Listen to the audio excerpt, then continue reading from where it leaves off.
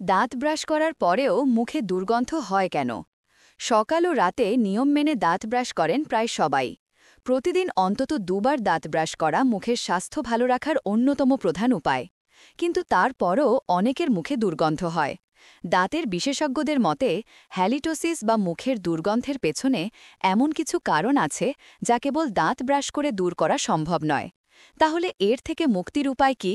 দাঁতের স্বাস্থ্য বিশেষজ্ঞ ডা জ্যাকলিন টমসিক তিনি জানান, মুখের দুর্গন্ধের পেছনে সবচেয়ে সহজ অথচ অবহেলিত একটি কারণ হল ফ্লসিং না করা।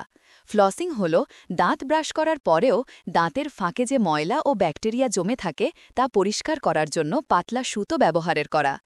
আমাদের খাওয়া খাবার খুব সহজেই দাঁতের মাঝে আটকে যায়, সেগুলো শুধু ব্রাশ করে পুরোপুরি পরিষ্কার করা সম্ভব নয়। আমরা যখন ফ্লসিং না করি তখন এই খাবারের অবশিষ্টাংশ দাঁতের মাঝখানে জমা হতে থাকে, সেখানে ধীরে ধীরে পচতে শুরু করে।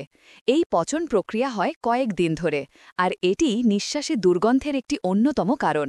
পর্যাপ্ত হাইড্রেশন বা শরীরের ভেতরে পানির পরিমাণ কম থাকলে তা দুর্গন্ধের কারণ হতে পারে, কারণ ডিহাইড্রেশন লালা উৎপাদন কমিয়ে দেয়।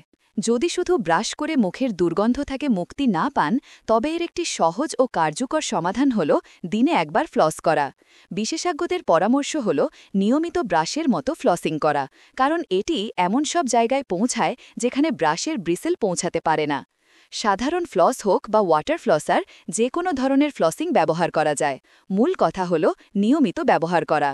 তবে আপনি যদি নিয়মিত দাঁত ব্রাশ ও ফ্লস করা সত্ত্বেও মুখের দুর্গন্ধ থেকে যায়, তবে এর আরেকটি কারণ হতে পারে জিহ্বার ওপর থাকা কিছু ব্যাকটেরিয়া।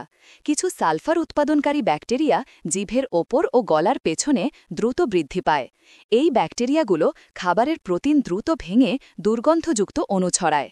তবে মুখের দুর্গন্ধের পেছনে অনেক সময় কিছু অভ্যাসও দায়ী।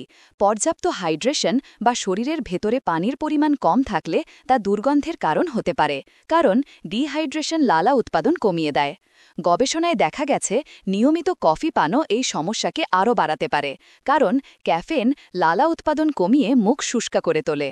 অনেক সময় মুখের দুর্গন্ধের জন্য আমরা কেবল দাঁত বা মুখের ভেতরের স্বাস্থ্যকেই দায়ী করি, তবে এই দুর্গন্ধ তৈরির পেছনে আরও কিছু কারণ রয়েছে।